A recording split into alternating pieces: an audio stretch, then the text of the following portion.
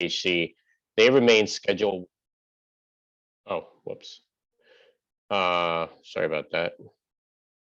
They remain Schedule 1 federally. But every state, as you can see by this checkerboard, is very different. The blue states are states where it is now, as of 2020, it is recreationally legal, or essentially pretty much legal.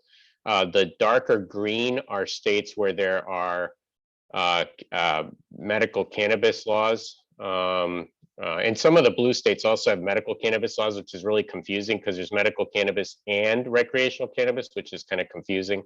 And then the lighter green states are states that have some type of cannabis, like, for example, Wisconsin CBD. Wisconsin is light green because it did have a CBD rule. Now a CBD is legal federally, so it's not really an issue. But and then there's obviously age-related restrictions on sales and use, even in states where it's legal. So just like alcohol, most states have age requirements or legal age requirements. So it's illegal to sell to minors. In most states, it's either 18 or 21. The majority of states are 18. The legal age is 18. So what's different about cannabis today versus even in the 1980s? Well, first of all, the potency of THC in cannabis has dramatically increased. In the 1960s and 70s, I call it the 70s, you know, the baby boomer years. THC potency in cannabis was actually what we would see in nature. It was about 2% to 4% THC with about 1 to 2% CBD. So that is natural cannabis. That's what grows in nature without us manipulating it. And so the potency of cannabis in the 1970s, early 1980s was very, very, very, very much weaker than it is today. The average potency of cannabis, even since 1995, and this only goes to 1995, where it was about 4%, is now as high as 12%. That's the average. So there are strains of marijuana that have potencies as high as 25% to 30% THC, which is extremely potent marijuana. And so what we've seen over the years, in conjunction with that increase in potency, is we have seen increases in emergency room visits. So the graph at the bottom, there is cocaine and heroin. You can look at that if you want. Those have remained relatively stable because we've always had an issue with those. But marijuana visits to the emergency room have significantly increased. And if you look at red, is marijuana alone. From 2004 to 2011, it was about 50 visits in 50,000 visits per year, and now it's up to 129,000 in 2011. And this has continued to increase. And you know, some people say this is because of you know, legalization and more adolescents are using. But the fact is, in states where it was legalized, use of marijuana among adolescents really hasn't increased that much. The issue, I think, is more related to potency. When you increase potency from about 4% THC to an average of 12% THC, which means some of the cannabis is much higher potency, you're going to have problems. And so, because that is one of the primary psychoactive components of the marijuana plant. And so that's one of the dangers of the marijuana that's out there today, is the potency. The other thing that has changed, and this fluctuates year to year, but the other thing that has changed significantly over the years is the perceived risk. So when you ask adolescents, how risky do you think marijuana, and even adults, when you ask parents and adolescents, how risky do you think marijuana is in terms of substance use? As you can see from this graph, that changes and goes up and down depending on the year. So this graphs it, the top graph is grade 12 students, and it's correlation between perceived risk and use. So Red is use, and blue is perceived. Oh no, excuse me. Red is perceived risk, and blue is past year use of marijuana. So as the perceived risk, as the red graph goes up, as it did in 1989 to 1991, you see that use of marijuana decreases. So as if adolescents think there's a higher risk to using it, then they're going to use it. They're less likely to use it. As perceived risk has gone down and actually pretty much stabilized, although it's starting to dip back down in the 2013, and we're pretty much close to the levels that we saw in 1977 at this point, with risk perception being very, very low. Use of marijuana increases. And it makes sense. If you think it's safe and it's not a big deal, you're more likely to use it. If you think it's going to cause health problems, you're less likely to use it. There's a reason that most adolescents don't just jump to heroin, because there's a huge perceived risk, and people read about it and hear about it all the time. That is not a drug of choice to start with. The drugs that most teenagers use first are going to be cannabis, alcohol, and tobacco. Interestingly enough, the perceived risk of alcohol is actually relatively high, but adolescents still tend to use it, and part of it is it's the ease of being able to get it. So cannabis today, the more traditional way of using cannabis, in the past, the only way really of using cannabis was joints, blunts, or bongs. So it was combustion. So what happened is you would traditionally get the dry leaf product, or particularly on the right is obviously a classic leaf, and on the left, on the right is the buds, and the buds have the higher THC content. These are the and this is primarily produced obviously by the female plants, and they take these products, they dry them, and then you smoke them, you combust them, and then you smoke the leftovers.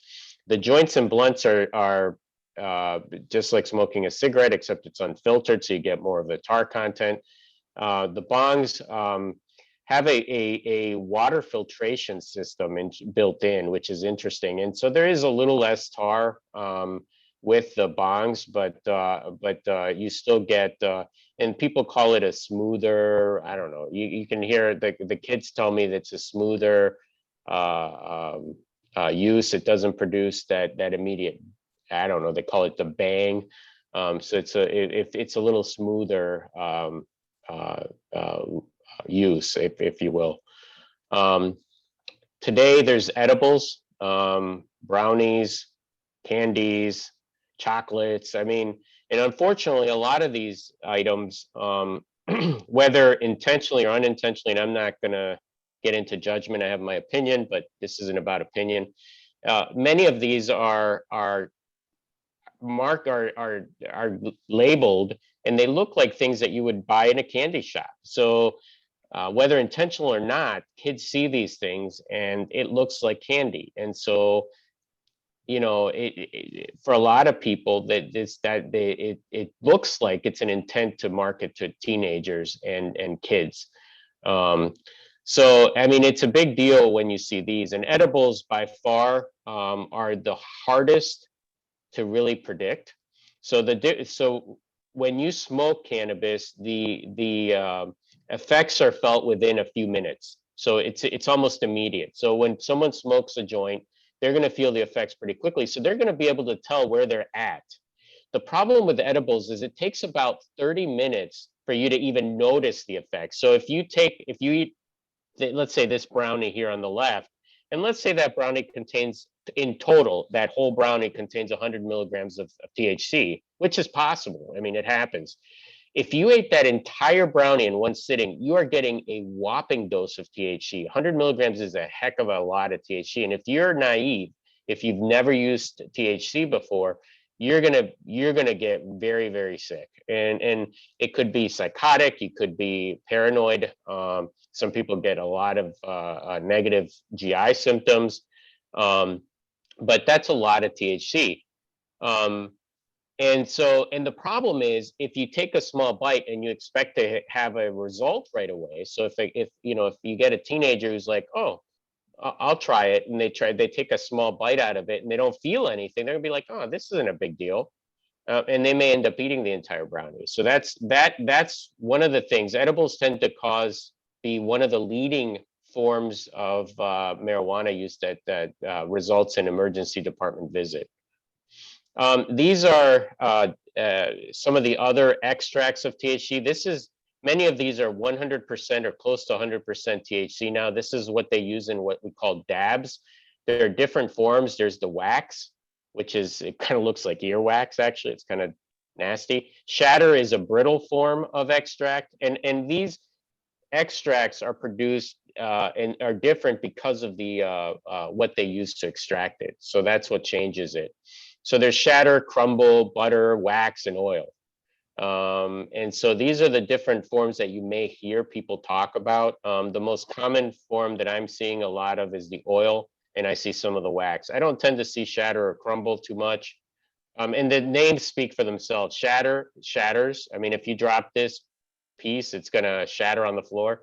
Crumble is kind of almost like a bread. It's solid, but if you hold it in your hands, it crumbles like a dry bread would. Butter looks like butter. It's BUDD, but it looks like butter. And wax looks like wax. So, I mean, the descriptions are pretty clear. Oops, let's skip that one too. Went too quick here. Previous. And then there's a few, there's extracts of other cannabinoids that I think are important to know about. The CBD, everybody knows about. It's a non-psychoactive cannabinoid. It is legal to extract from hemp. So selling CBD from hemp is legal across the United States at this point. It's federally legal. There may be some state restrictions, but essentially if CBD is derived from hemp, which means that it has less than 0.8%, 0.9% THC, it is legal to sell. Now, there's a lot of confusion about what is CBD. There's a lot of things that are labeled as CBD that are actually marijuana. They're not extracted from hemp. They're extracted from marijuana. And we could argue the points. Hemp is marijuana. It's cannabis sativa, but it's a cannabis sativa strain that has essentially no THC, but it's very rich in CBD. Now, Delta 8 THC is the newest kid on the block, and many of you may have heard of this. Delta 8 THC is basically the same as THC, except that, and this is the biochemist in me, the double bond, so there's a double bond, that Delta 9 is a double bond between two carbons to form a ring. That double bond is not on the 9 carbon, it's on the 8 carbon, and that's the only difference. Delta 8 THC, the legal status is really unclear. Federally, it's not illegal at this point. In some states, it is illegal. I don't know about Wisconsin at this point because it changes every day. And so the legality of Delta 8 THC is questionable. And that's why a lot of kids have moved to, and I've started to see it, vaping Delta 8 THC. Delta 8 THC can be legally extracted from hemp. So unlike Delta 9 THC, which is what most of our drug tests are looking for, Delta 8 THC is found in hemp and at fairly decent levels. And it is psychoactive with much lower potency than Delta 9 THC. So it's about half the potency. So people use more to achieve the same effect as Delta 9 THC. It can be used as a vape or in edible products. Sometimes they sell it as a liquid or an oil that you can mix with foods. But Delta 8 THC is becoming more common, and I'm seeing more and more teenagers use it now. And we'll talk about risks a little later. And we don't know much about Delta 8 THC except that its potency is less than Delta 9, but it affects people in the same way. And then there are synthetic cannabinoids. These are not extracts from natural cannabis. These are lab-created cannabinoids, and they're extremely potent compared to Delta 9 THC, compared to the regular THC. Common names include K2 and spice. And we still see this. It's typically sprayed on other herbs like salvia, sage, other forms of sage, common sage. It can be sprayed on cannabis, which makes the cannabis extremely potent and can cause significant problems. And it's typically smoked along with the what I call the carrier, which could be any leaf product. And it's significantly more potent than THC, which significantly increases the risks and side effects associated with it. Cannabis has potential adverse effects at all stages of life, but we worry mostly in adolescence and even preconception in mothers that are using cannabis during birth, and I'll explain that relatively quickly. So cannabis doesn't have any known teratogenic effects. In other words, it's not like the baby is going to be born with any significant malformations or anything like that. And sometimes the babies are smaller than expected for gestational age. The biggest problem with cannabis use during pregnancy is that there are neurocognitive or delayed neurocognitive developmental issues in that child as they develop.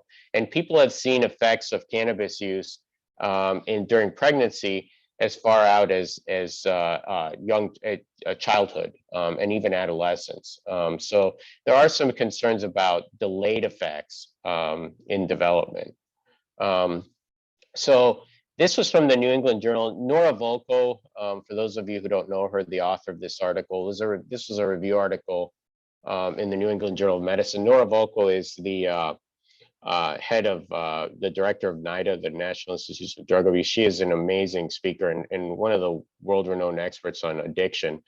And she wrote this article to kind of really delineate what we do know and don't know about side effects. What we know is that short-term, it impairs short-term memory. So it makes it difficult to learn or retain information. So for an adolescent who's in school, or even a middle schooler, because use starts in middle school. We talk about it at high school, but a lot of use starts in middle school. If you have impaired short-term memory and you're not able to retain information, you're not going to do so well in school. So grades drop, and that's one of the diagnostic indicators for me of how severe their addiction is if their grades have dropped once they start using. And then it impairs motor coordination, which interferes with driving skills and increases risk of injuries. Altered judgment, which increases the risk of risky sexual behaviors. And high doses can cause paranoia and psychosis, which is what typically gets people to the emergency room. Addiction is not as common or as prevalent as it is with other substances of abuse. 9% of overall users, as opposed to, for example, 15 to 20% with alcohol or heroin, and even higher with nicotine. 17%, however, and this is where it's important in adolescence to try to prevent use when they're younger, 17% of those who begin use in adolescence do have addiction.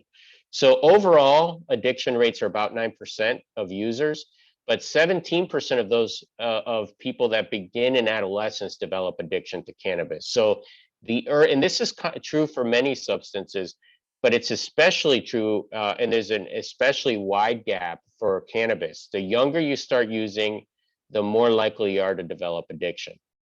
25 to 50% of habitual daily users also have addiction. So the more frequently you use, the more likely you are to have a diagnostic criteria for addiction, which makes sense. And again, it causes altered brain development, and this is especially important in adolescence, which can lead to poor educational outcome and increased likelihood of dropping out of school. It lowers IQ among those who were frequent users during adolescence, and this is based on very good long-term observational studies, and diminish life satisfaction and achievement. So the other thing I tell my adolescents is, I ask them, what are your goals? What do you want to be when you grow up? And if they tell me, they want to, be a lawyer, they want to be a doctor, they want to be a nurse, they want to be a scientist, they want to do, these are things that require a significant amount of achievement and motivation. And unfortunately, marijuana dampens a lot of that. And then I make it very clear that studies demonstrate that individuals who use cannabis regularly have lower lifetime achievement. In fact, they have lower lifetime salaries too. I mean, when you look at the finances, their financial well-being is much worse than the general population. So it's a very significant effect on long-term satisfaction, I guess, life satisfaction. Chronic bronchitis can occur. And obviously, again, there's this increased risk of chronic psychosis, psychotic disorders, including schizophrenia. There's a lot of debate about the chicken or the egg theory, and we'll talk about that. But there is a very, very significant link with schizophrenia in persons, particularly who are predisposed to such disorders. And again, this to me is a big takeaway, besides obviously the altered brain, is if we can prevent use in adolescence, we can decrease addiction to cannabis overall. These are the level of confidence. So with what confidence can scientists say these are definitely side effects or adverse effects to cannabis? So the first thing I want to notice here is that there's a couple of ones that are still in that medium category. So even though abnormal brain development is still considered medium, every day we're getting more and more data that suggests that this is really this is gonna be in a couple of years in the high level of evidence. And this is especially true for adolescents. So, and what I mean by that, so if let's say I don't use any substance until, I'm 30. I decide, I don't really want to use any substance. At age 30, someone introduces me to marijuana and I start using marijuana. The risk that I'm going to develop brain injury is much, much lower, or brain damage or abnormal brain development is significantly lower if I start my first use at age 30 than if I started at age 12, which is the average age of first use, by the way. So by delaying use till age 30, my risk of developing significant brain anomalies is much diminished. The other risk for adolescents particularly is that there is a link with progression to use of other drugs. In the old days, they used to call this the gateway theory of drug use. But the problem with that is that any substance that tickles that part of the brain that can lead to addiction has the preponderance or the risk of leading to addiction to other drugs or progression to use of other drugs. So whether it's cigarettes, whether it's alcohol, whether it's prescription substances, or whether it's cannabis. So all drugs of abuse theoretically are gateway drugs to more aggressive substance use. And when we say that, what we're saying is what people perceive as higher risk drugs. So for example, most people in society are going to think of methamphetamine and heroin as very high risk drugs compared to cannabis.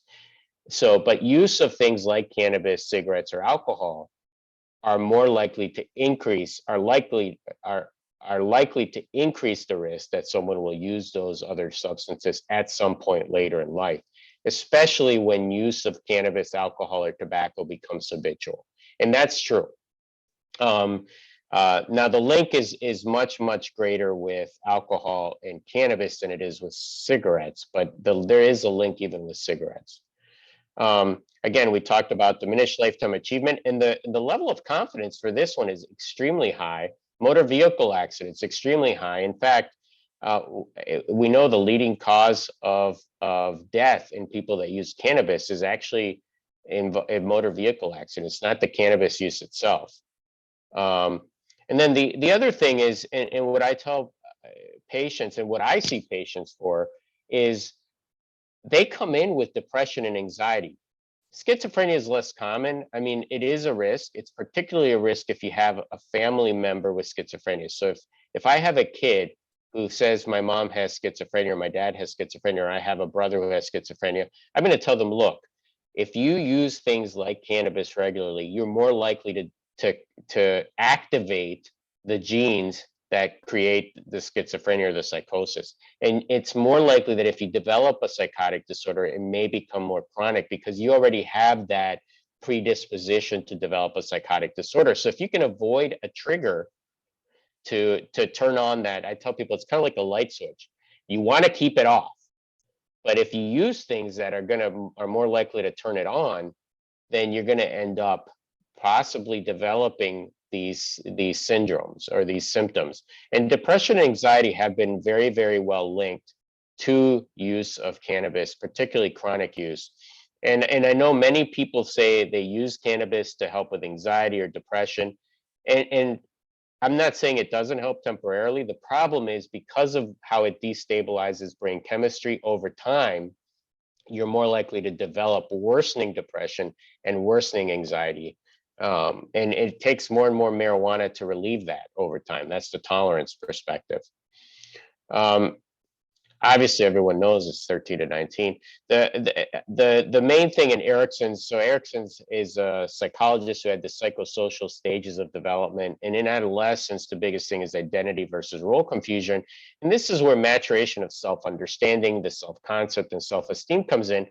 And people that initiate, and unfortunately, this is also the time when most people, not all, but the majority of people initiate substance use. It's the age of experimentation. It's the time that people really listen to their peers and want to fit in, and and people are using, so this is the most common first use of a substance. Unfortunately, substance use has been shown to interfere with normal brain development during adolescence, and this is true of any substance, but we have the most data on alcohol and marijuana. Initiation of substance use during adolescence increases the risk for development of substance use disorder. And this is very well proven for cannabis and alcohol. So even alcohol, if you delay use of alcohol until you're in your mid 20s to, and they say brain development now is 25.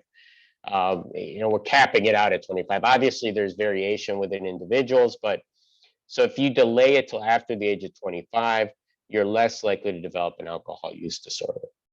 So what's going on in adolescence, and why are young adult brains so vulnerable? So one thing that during adolescence and young adulthood, the two processes that in neurodevelopment that are occurring, that are critical for efficiency and specialization, are what we call synaptic pruning. So think of a neuron as like a bush. Okay, and this is going to sound weird, but just bear with me. It's got the roots. So think of this long, what we call the axon, that's the root. And it's got these branches at the top that come out of the head of the neuron. The branches reach out to other neurons and receive information from other neurons. So the branches kind of communicate with the axons of other neurons. And this is where the signal gets transmitted from one neuron to the next. So from one bush to the next. And these neurons, these branches, initially when you're born, there's branches everywhere. And it's kind of like this bramble, all these branches are in there and you can't even get through it. And so the message isn't as efficiently transmitted. What happens in adolescence is that we start to prune. And if you think of the bush, the reason I like the bush analogy is that I think of Edward Scissorhands, and he prunes those bushes and they have these wonderful, nice shapes. Well, in the brain, we don't get the wonderful, nice shapes because that would be weird. But what we do get is that pruning, so that the pathway, for example, from my eyes to my mouth. So I see something and I want to say something. Those pathways are more efficient, so that it doesn't have to take the circuitous route, going around and around and around. It can go directly from point A to point B without having to take this very long route to get there. So pruning of these dendrites, of these branches, so that the connections are tighter, makes the process of thinking more efficient. So when I ask an adolescent 2 + 2, They don't think about it. You know, when you're a little kid, you got it. You learn to count on your hands, and then you start to memorize it, and then it becomes more rote. And now, you know, as an adolescent, a lot of those processes are now very efficient. But now you're making other processes more efficient. The processes of reward and punishment. So what makes you feel good and what makes you feel bad. So you're actually kind of fine tuning your own personality, is what I like to say, in adolescence. And that's that whole trying to figure out who you are, what you want to be. And those processes are much more complex than learning 2 + 2 is 4. And substance use really interferes with the process of synaptic pruning. It also interferes with another fundamental process that increases efficiency, and that's what we call myelination. The way I describe this when I talk to teenagers is, think of the wires in your home. Okay, you got wires all over your home, and when you hit a light switch, an electrical signal goes from the light switch through that wire to your light, telling it to turn on. It's not quite, you know, it's not like telling it to turn on, but that signal goes through. The reason that signal can get to the light and not cause any short circuit or any problems is because those wires are covered in rubber. They're covered in an insulating rubber tubing that allows that signal or prevents that signal from dissipating into the environment. So you don't lose that electrical signal to anything outside of it. And the example I say is, imagine that wire had a small cut and water, it got wet. What would happen when you hit that light switch? It would short circuit. You wouldn't get the light turning on because that message would be dissipated into the environment. So hopefully not causing a fire, but potentially. So in the brain, when we're born, a lot of our these axons, these wires are not insulated yet. One of the things that happens in adolescence is part of the efficiency process is to start to insulate the axons, and we form this myelin sheath, what we call the myelin sheath. And that myelin sheath is essentially the rubber lining of a wire. And it allows the message to be transmitted more directly and more efficiently and faster. So that now, when you think of when someone asks you a question, you don't have to sit there and it's not going bouncing around in different parts. The connection is direct and you can answer. So when someone asks you, what's 2 + 2? 4. You just spit it out. You don't even think. I mean, it's so hardwired, if you will, that it becomes an automatic thing. These processes are both blocked, or not blocked completely, but they're disabled to some extent when an adolescent is using substances.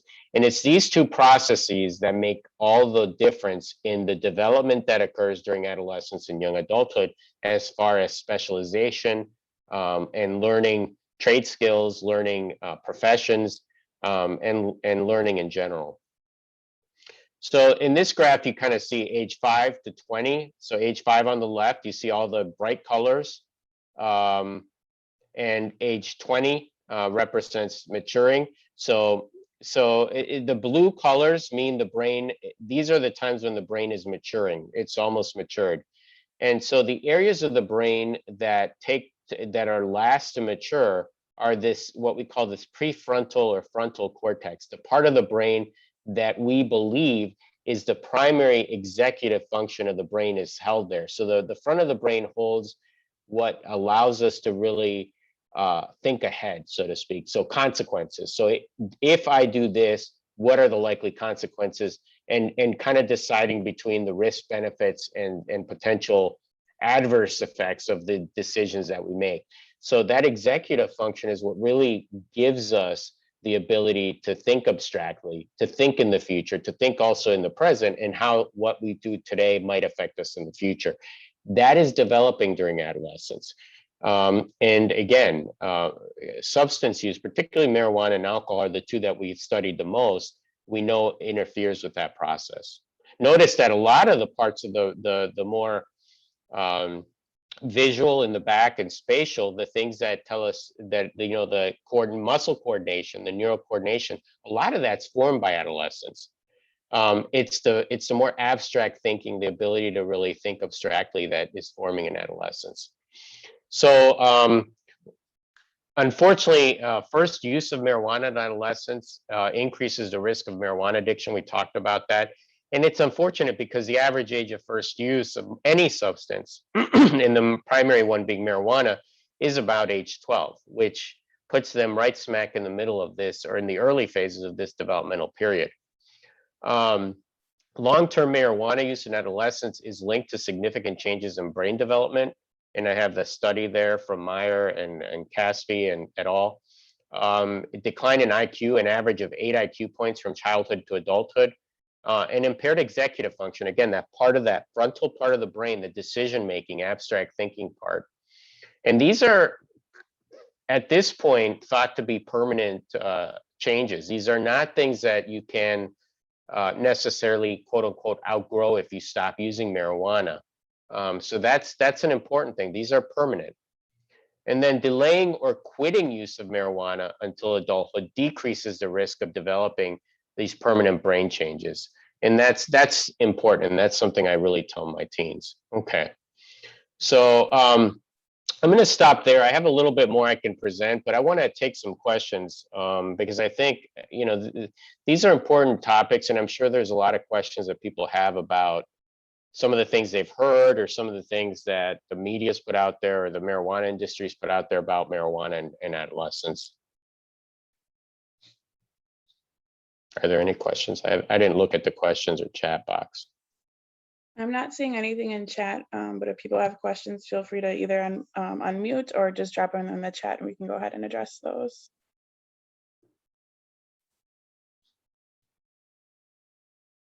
Wow, if I was that clear, that's pretty impressive.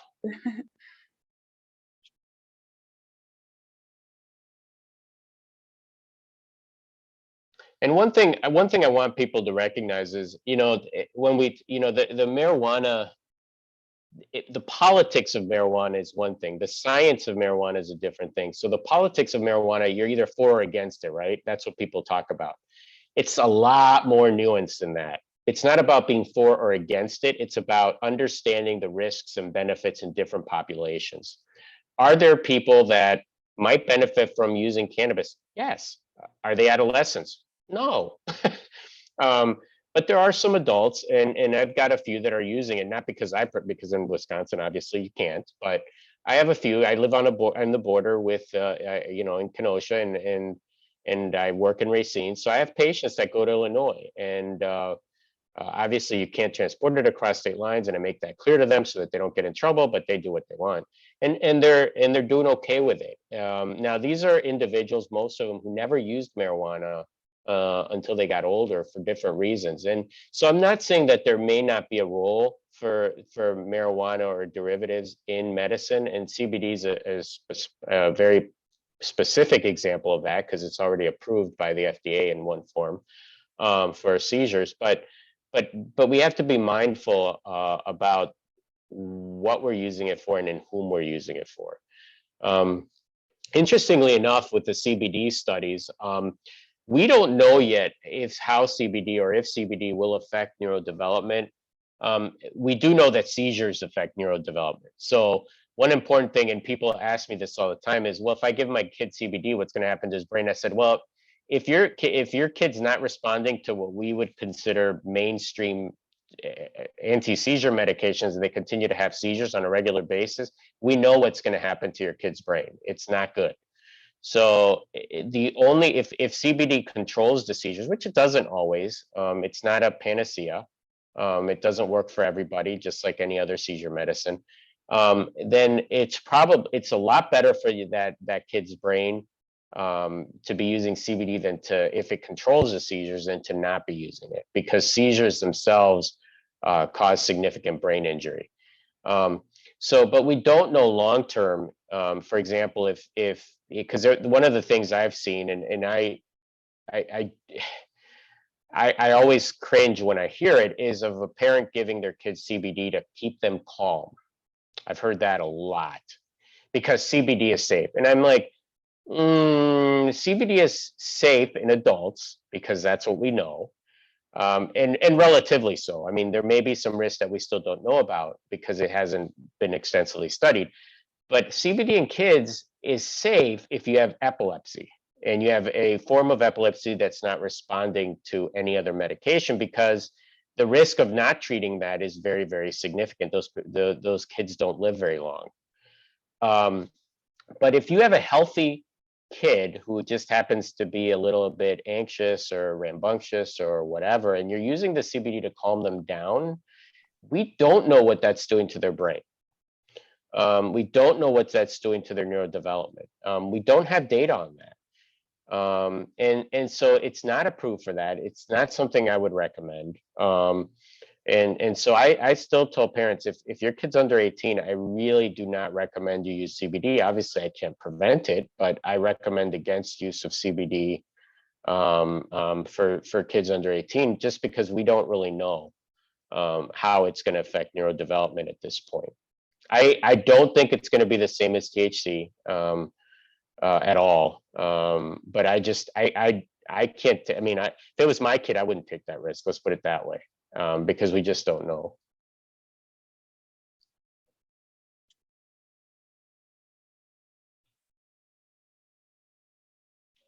Wow. No questions from anybody? This is the quietest. This is the quietest group ever.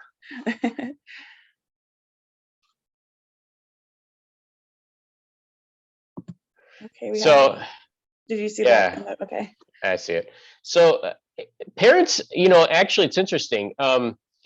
Parents don't respond negatively to it, and it's very interesting. I've had a couple parents tell me, "Yeah, I'm aware, but what am I supposed to do?" And I'm like, I hear you, but that's why you go to a psychiatrist or you go to a doctor and you say, these are what I'm seeing. There are medicines that are approved for conditions if the kid really has a condition. I mean, sometimes it's just, I tell parents, if I was born today instead of when I was born, I would have been diagnosed with ulcer. I was horrible. I was a horrible child. I don't know how my mom survived. I don't know why she had 3 other kids after she had me, is what I'm thinking, because I was the epitome of hyperactive, rambunctious, horrible. I mean, I would have been diagnosed with a conduct disorder, because my temper just flared and I was out of control.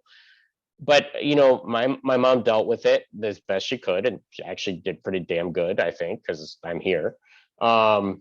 She didn't kill me, for one. There were times she probably should have, but so I mean, some of it is pathologic, and some of it I think we've pathologized over time, and some kids outgrow their behavior. I was one of those. I mean, I outgrew a lot of that, and part of it was significant disciplining from my mom, primarily. Although my dad, I was more scared of my dad. He just was never home, because he was working all the time. But and that's important. An important lesson that I tell parents is, what are the behaviors? What are you seeing? And if it's something that is potentially pathologic, then yes, then you should see the doctor, and there's probably medicine. And the thing I hear usually is, well, I want something natural. I'm like, well, okay, so everything in this world is natural. Whether you agree with that or not is a different issue. It's all made of the same atoms. There are no extraterrestrial atoms that we're aware of at this point.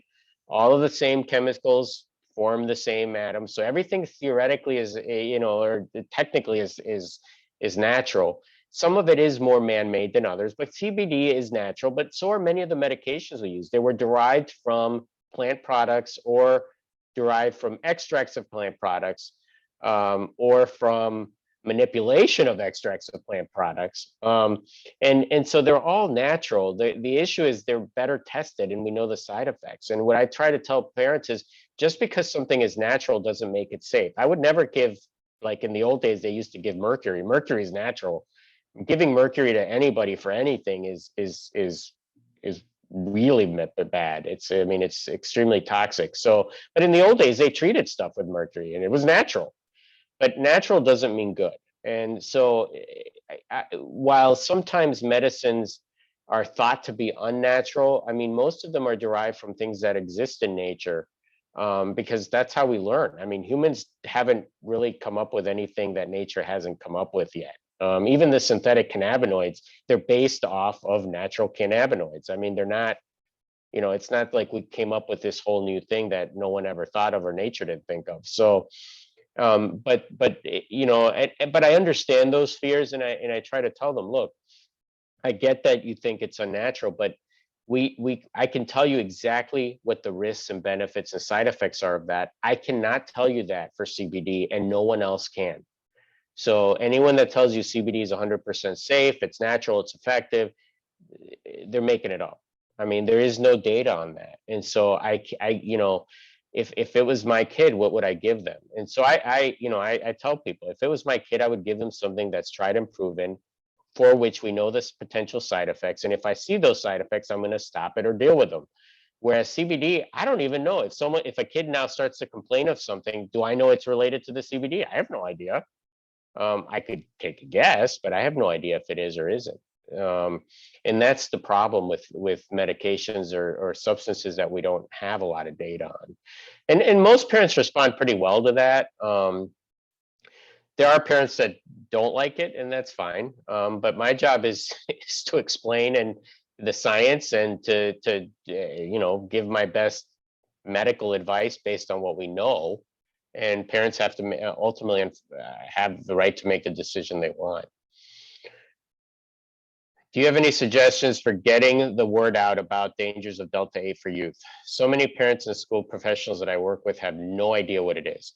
So that's the first thing. So the first thing is educating parents, students, and teachers about what Delta 8 is. Delta 8 is not the traditional THC. It is THC, but it's not what we traditionally call THC.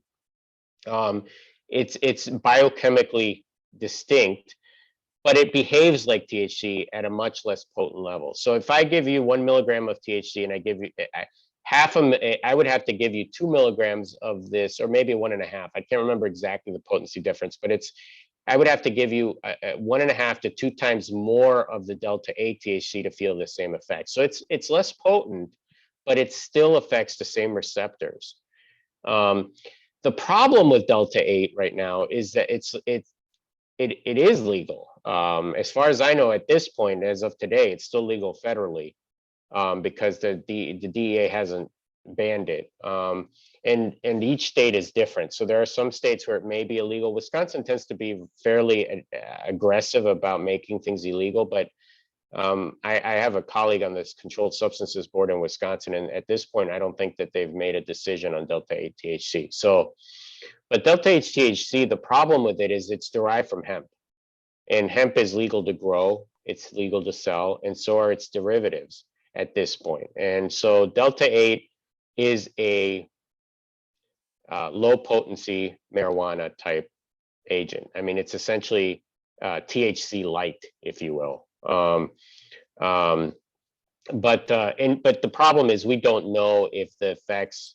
So if a parent says, well, you don't know if it's going to affect my kid the same way as THC, I go, you're right, I don't, but are you willing to take that risk?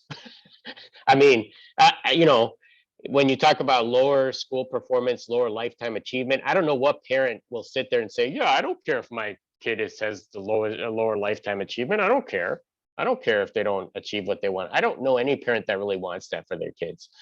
So, I mean, again, would you be willing to take that risk with your own kid? And my answer is no. Now, some parents may have different answers, but I don't think most parents are aware that Delta 8 THC is different than Delta 9 THC. And that's been when I've talked to them, most people think THC is THC, and to some extent they're right. And but I make it clear that Delta 8 is different because it's easier to get because it's legal. They can buy that off the internet right now very easily. You can buy THC off the internet, but it's a little bit you take some more risks. With Delta 8, there's not as much risk, and teenagers are figuring that out. In fact, I still haven't seen an adult that's using Delta 8, but I've seen several adolescents using Delta 8.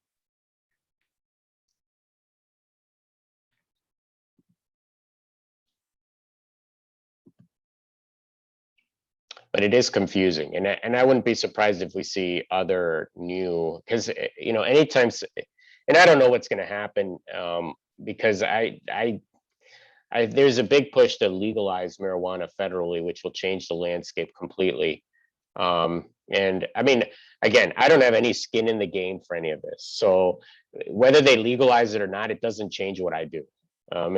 People ask me all the time, well, what's your stance on it? I said, well, if you legalize marijuana, there is a risk that it's going to send the wrong message to teenagers specifically. I don't think adults are going to get the wrong message like kids do, but teenagers are going to say, oh, well, it must be okay if it's legal. I mean, because that's what they think about alcohol. They think alcohol is fine. Alcohol is one of the alcohol and tobacco are the deadliest drugs. Are both legal, but yet those are the two most commonly used drugs along with marijuana by teenagers. Why? Because they're legal. So I mean, legalizing marijuana may change. I don't know that it will.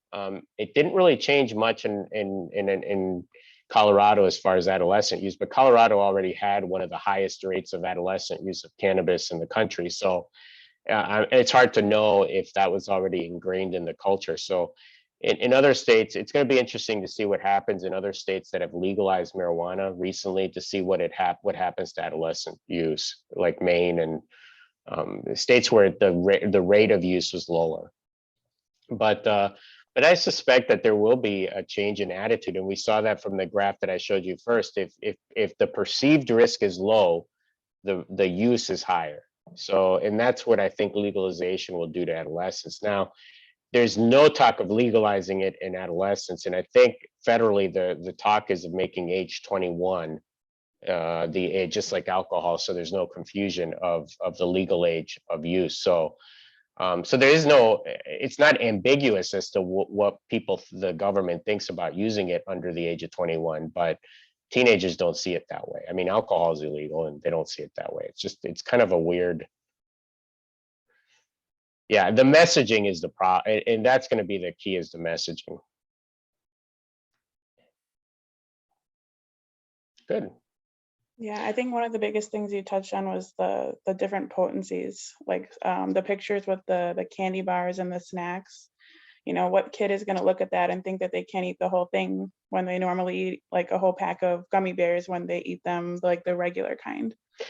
Right, and the problem is the effect won't be felt for 30 minutes. So if you finish, and this is a big problem, when you finish one of those they're not big packs, but the little pack of gummy bears with THC laced gummy bears, if a kid finishes that entire pack, you've probably gotten 50 milligrams or more of THC, and you're not going to feel the effects for 30 minutes. And then when you feel the effects, it is going to hit you like a Mack truck.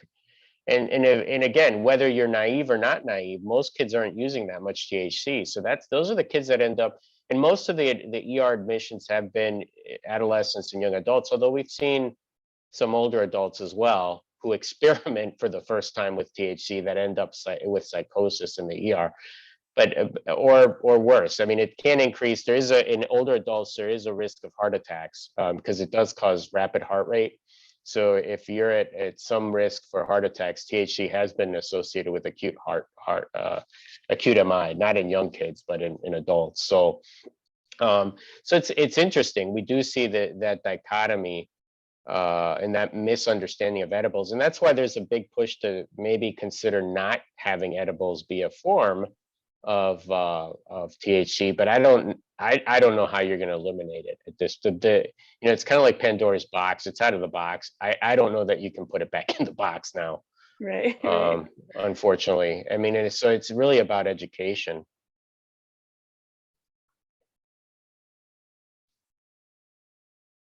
Which is what we've been doing with alcohol for years, by the way. I mean, and tobacco. And I mean, and we've had a lot of success with tobacco. And that's what I tell people that are discouraged by this push for legalization. I'm like, tobacco's been legal the entire time. And yet we've done a very good job at messaging and helping people understand the risks. And use has decreased. Now, is it ever going to be zero?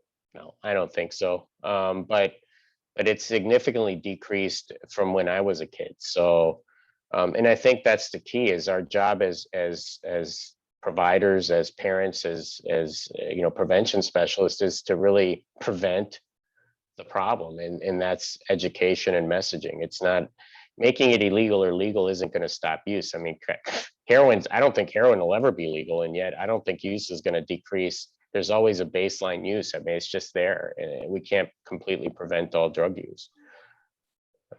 It's crazy to believe that we can.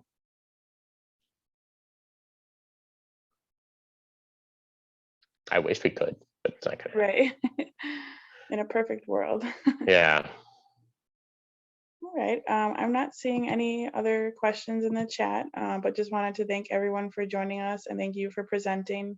I will be sending out the recording of this webinar. And then if you guys have any follow-up questions for me or David, I can definitely get those answered if you want to email me. But thank you everyone for joining us. Hopefully this was helpful. I hope so too. Bye. Bye. Thank you.